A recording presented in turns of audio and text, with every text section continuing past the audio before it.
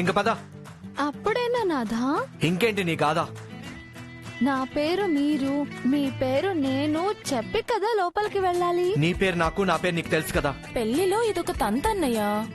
ఎలా చెప్పాలి? నేను చెప్పినట్టు చెప్పండి. నేను మా ఆయన చాణుక్య వచ్చాం.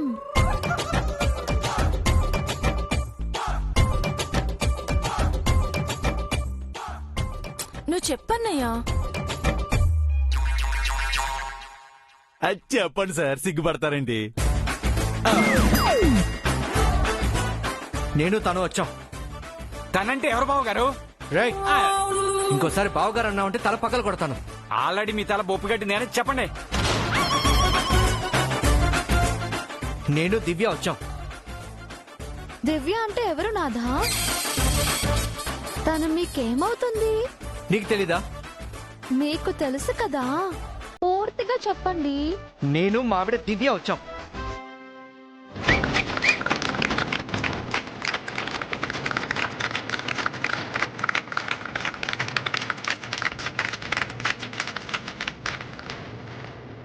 మీరేంటి ఇంకా ఉన్నారు? వెళ్ళండి. చల్లగా ఉండమ్మా. మళ్ళీ నీకే ప్రాబ్లం వచ్చినా చెప్పు, వాలిపోతాం. తీసుకోమ్మా. వెళ్ళండి, అందరూ వెళ్ళిపోండి. ఇటు సైడ్ రావద్దిగా. నీకు సపరేట్ గా చెప్పాలా? అది నా ఆటో డబ్బులు 500 బావగారు. 150 కదన్నయ్యా. ఇది మేడం జరిగింది. దివ్యను చాణక్య తీసుకెళ్లిపోయాడు.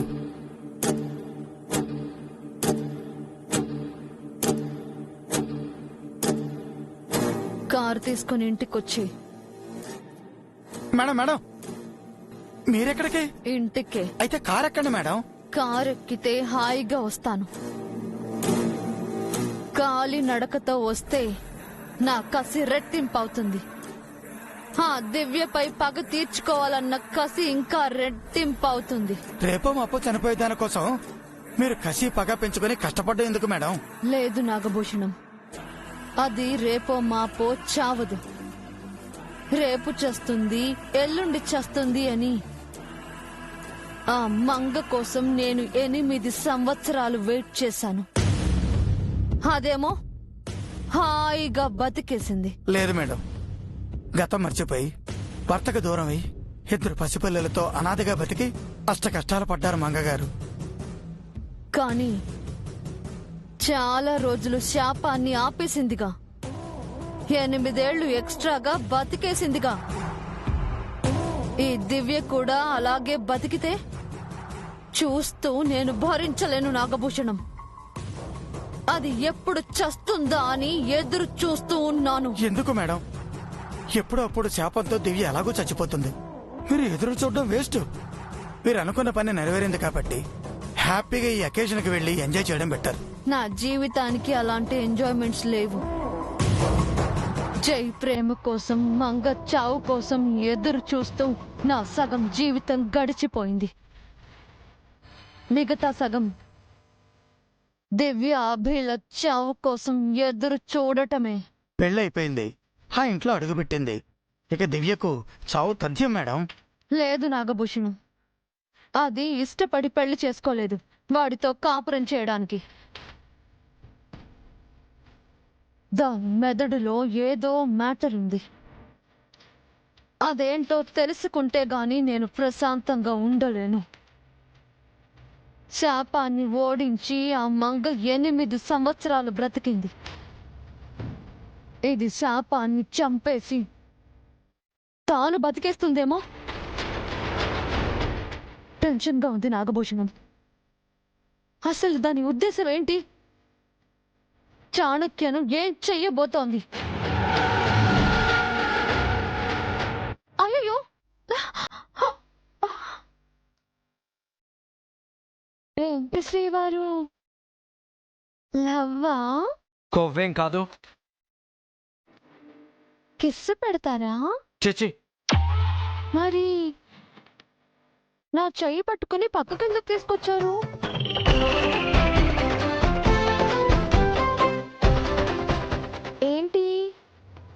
కట్టిందా? చూడు, ఇంటి ముందు సౌండ్ పొల్యూషన్ తట్టుకోలేక నేను ఇంట్లోకి రానిచ్చాను. ఆహా, అవునా? ఇంకా నా మీద ప్రేమతో రానిచ్చారేమో అనుకున్నాను. వేషాలు వేయకో. ఇంట్లో ఉన్న మా చెల్లెలు కానీ ఇంటి బయట ఉన్న జనాలకు కానీ తెలీదు నువ్వేం జెన్యున్గా నా కోసం రాలేదు అని. కానీ నాకు తెలుసు. స్ట్రైట్గా మ్యాటర్లోకి రా. ఎందుకు వచ్చావు? నీకేం కావాలి? ఇదే కదా నేను ఎక్స్పెక్ట్ చేస్తున్నాను.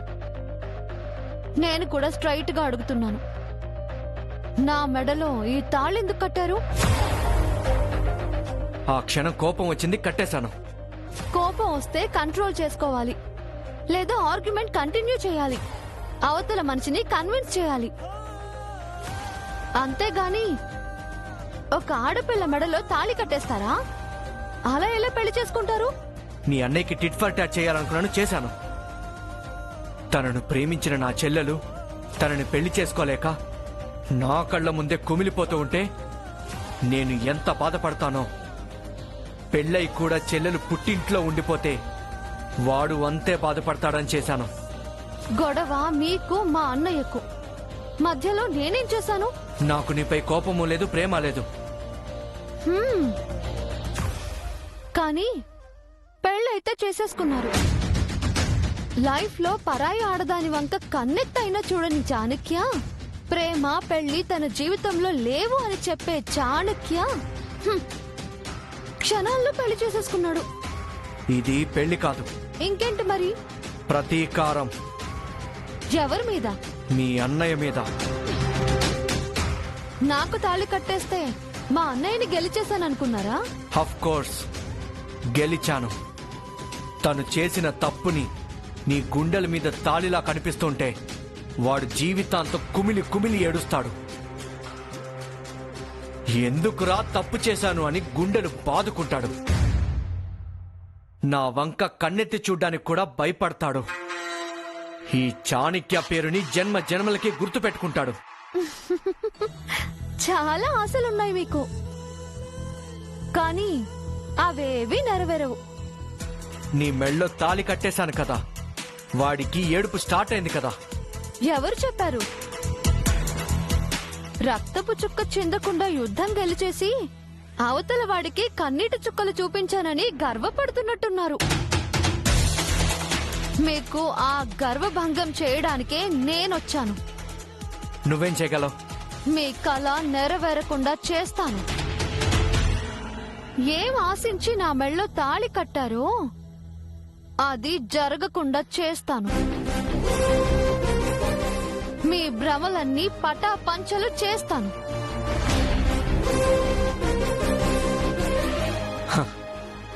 ఈ చాణక్యతోనే శపథమా? ఎస్, ఛాలెంజ్ చేస్తున్నాను. నేనుండగా మా అన్నయ్య కంట్లో చిన్న కన్నీటి బొట్టును కూడా మీరు చూడలేరు. నా కుటుంబ సభ్యులని ఎవ్వరిని మీరు బాధ పెట్టలేరు. మీరు కోరుకున్నది ఏది జరగదు. జరిపిస్తాను. మీ అన్నయ్యని ఏడిపిస్తాను. ఎలా ఏడిపిస్తారు? అలా జరగకూడదనే కదా నేను ఇక్కడికొచ్చాను. అక్కడ నేను ఏడుస్తూ కూర్చున్నప్పుడే కదా మా వాళ్ళు బాధపడతారు. నవ్వుతూ సూట్ కేసు పట్టుకుని వచ్చేసాను కదా. వస్తే నన్ను గెలిచేసినట్ట? మా అన్నయ్య మీద పగ తీర్చుకోవడానికి ఈ తాళిని ఆయుధంగా వాడారు. ఇప్పుడు ఇదే తాళితో మీపై నేను ప్రతీకారం తీర్చుకుంటాను. మీరు సాధించాలనుకున్నది నేను సాధిస్తాను. అసలు ఎందుకురా ఈ పిల్ల మెళ్ళ తాళి కట్టి తప్పు చేశాను అని మీరు పశ్చాత్తాప పడేలా చేస్తాను.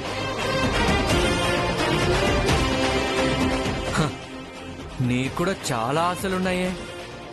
నేనెవరో తెలుసా?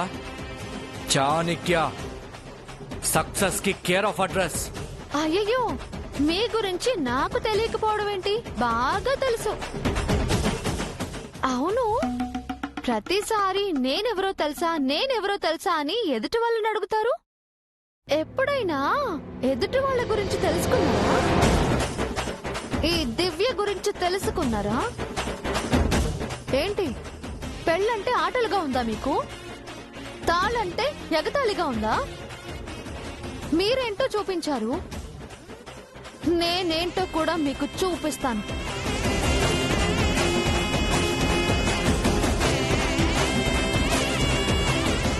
ఇక నుంచి మీకు ఉంటది స్వామి తార్మార్ తక్కడ మారే. వాట్ ఏమన్నావు? అప్ అండ్ డౌన్ అద్దరిపోద్ది అని చెప్తున్నాను. హే, ఏంటా లాంగ్వేజ్? ఏ వినడానికి కష్టంగా ఉందా? శ్రీవారు మళ్ళీ నన్ను అలా పిలవకో. కోపం వస్తుందా? అదే కావాలి నాకు. కోపం వస్తే నేనేం చేస్తానో నాకే తెలీదు. ఇంకేం చేస్తారు? చెయ్యాల్సిందంతా చేశారు. ఇక చెయ్యాల్సింది నేను చేస్తాను.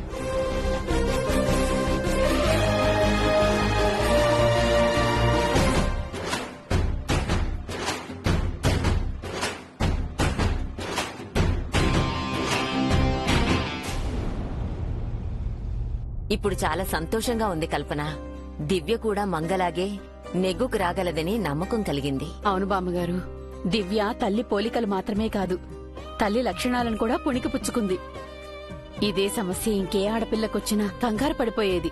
అప్పట్లో మంగ కూడా అంతే. మెల్లగా జయని తన దారికి తెచ్చుకుంది. రాయి లాంటి వాణ్ణి మనిషిని చేసింది. మంగ జైని ప్రాణం కంటే ఎక్కువగా ప్రేమించింది బామ్మగారు. వాళ్ల ప్రేమ అమరం, అద్భుతం, అసలదో చరిత్ర. దివ్య ఆ చరిత్రను తిరగరాస్తుంది. ప్రేమతో భర్త మనసు గెలుచుకుంటుంది. ఈ గొడవలన్నీ ఆపుతుంది. వీలైనంత తొందరగా అది జరగాలి బామ్మగారు. ఆ ఆలుమగల మధ్య సఖ్యత కుదరాలి. ముందు వాళ్లతో సత్యనారాయణ స్వామి వ్రతం చేయించాలి. వెళ్లి క్యాలెండర్ తీసుకురా. మళ్ళీ మంచి రోజు ఎప్పుడుందో చూద్దాం. ఆ.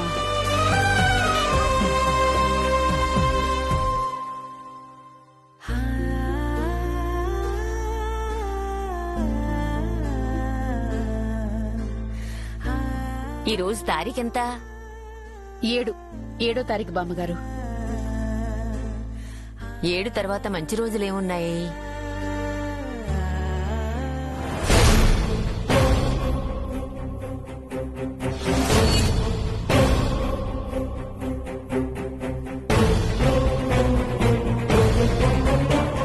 ఏమైంది బామ్మగారు? ఎల్లుండి అమావాస్య కల్పన. అయితే ఏమైంది? శాపం గడియలు దగ్గర పడే రోజది. శాపానికి బలం చేకూరే రోజు.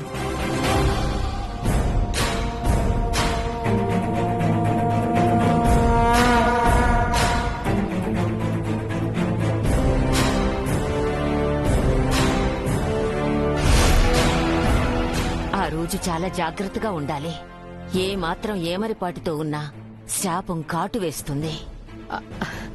అయినా ఎందుకు అనవసరంగా కంగారు పడుతున్నారు? మన అభికి ఇంకా పెళ్లి కాలేదు. కోడలే రానప్పుడు శాపం ఎలా వస్తుంది? నిజమే, అభికి ఇంకా పెళ్లి కాలేదు. కోడలు ఇంటికి రాలేదు. కానీ నా మనసు ఎందుకు కలవరపడుతోంది కల్పన. అమావాస్య తారీఖును చూస్తుంటే గుండె వేగంగా కొట్టుకుంటోంది. తెలియని భయమేదో నా మనసును ఆక్రమించుకుంటోంది. అభి శశిని ప్రేమించాడు అంతే బామ్మగారు. పెళ్లి చేసుకోలేదు. భయమేం లేదు. ఈ వంశం ఆగినా పర్వాలేదు. వాడు పెళ్లి చేసుకోకుండా ఉండాలి. మరో అమాయకురాలు బలి కాకూడదు. నా అనుమానం ఏంటంటే అభికి శాపం గురించి తెలిసిపోయిందేమో బామ్మగారు. ఇందాకే ఏదో అన్నాడు, సరిగా అర్థం కాలేదు. నాకు అదే అనుమానంగా ఉంది కల్పన. అందుకే వాడు పెళ్లి చేసుకొని అన్నాడేమో.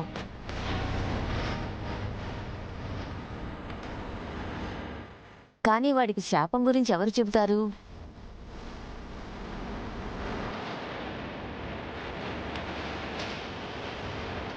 అభి పెళ్లి చేసుకుంటే శశి ఇంటి కోడలవుతుంది. దివ్య ఎప్పుడు ఆ ఇంట్లో ఉంది. ప్రేమించిన పాపానికి అమావాస్య రోజు ఆ ఇంట్లో ఏమైనా జరుగుతుందా?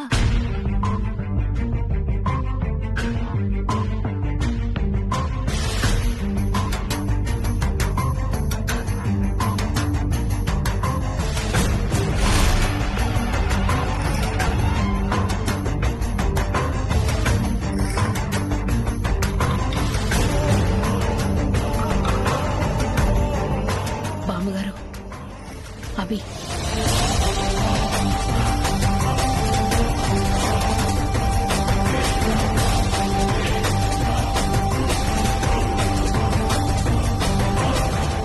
ఏంటి అమావాస్య అంటున్నారు? ఏం లేదు అభి. ఎందుకు కంగారు పడుతున్నారు? అమావాస్య మంచి రోజు కాదురా, చెడ్డ రోజు. అయితే ఆ రోజు ఎటువంటి శుభకార్యాలు చేయకూడదు. ఇప్పుడు ఏం శుభకార్యాలు చేయబోతున్నారు? అంటే దివ్య చాణిక్యలతో సత్యనారాయణ వ్రతం చేయిద్దామని నేనంటుంటే ఎల్లుండి అమావాస్య తర్వాత చేద్దామని బామ్మగారు అంటున్నారు. అభిబాబు, అక్కడ విశేషాలేంటి చారుకేశా? అన్ని విశేషాలే చేసి ఆ అమ్మాయి గారు దిగ్విజయంగా ఆ ఇంట్లో కుడికాలు మోపారు. Problem solve. దివ్య మంగలాగా ఘటికురాలు చారుకేశా. తను ఏదైనా సాధిస్తుంది. అవును, అది వీళ్ళ భయపడే రకం కాదు. ఎవరు భయపడ్డారు ఇప్పుడు? భయం కాదురా, కోప్పడ్డావుగా. చారుకేశా, బయటికి రా.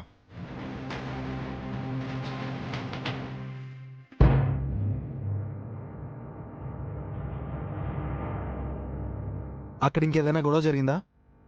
వాడేమైనా ఎక్స్ట్రా చేశాడా? భలేవరే బాబు, అమ్మాయి గారంటే ఏమనుకున్నారు? చాణక్య సార్ని గడగల్లాడించారు. మీడియాని పిలిచి ఒక ఆట ఆడుకున్నారు. దెబ్బకి చాణక్య సార్ దిగొచ్చి అమ్మాయి గారిని ఇంటికి తీసుకెళ్లిపోయారు. శశి ఎలా ఉంది?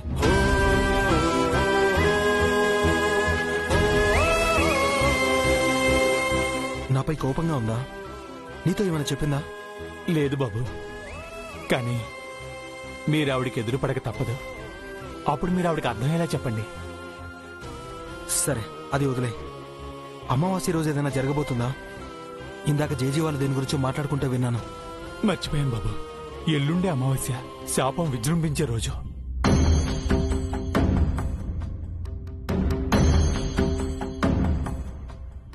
మనం గుడికి వెళ్లి శాంతి పూజలు చేయించాలి.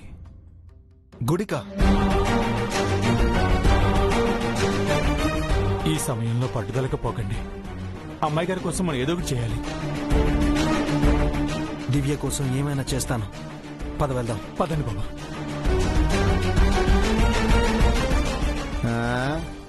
ఏళ్ల పిచ్చిగానే గుడికెళ్తే ఏం జరుగుతుందే?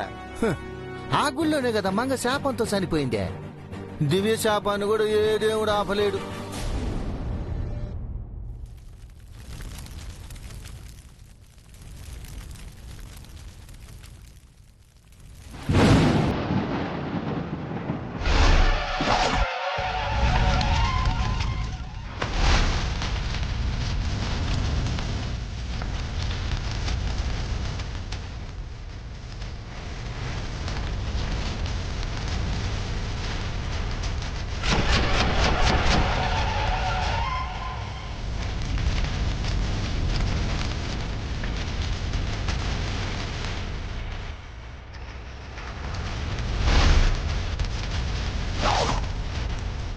అఖండ దీపం రుద్ర రూపం దాల్చితే శాపం సమీపిస్తోందని సంకేతం.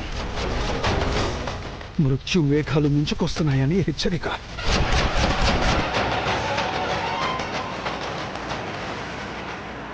ఇప్పుడు అమ్మ ఏ పరిస్థితుల్లో ఉందో భగవంతుడా. ఈ రోజే ఆమెకు మరణ శాసనం రాశావా?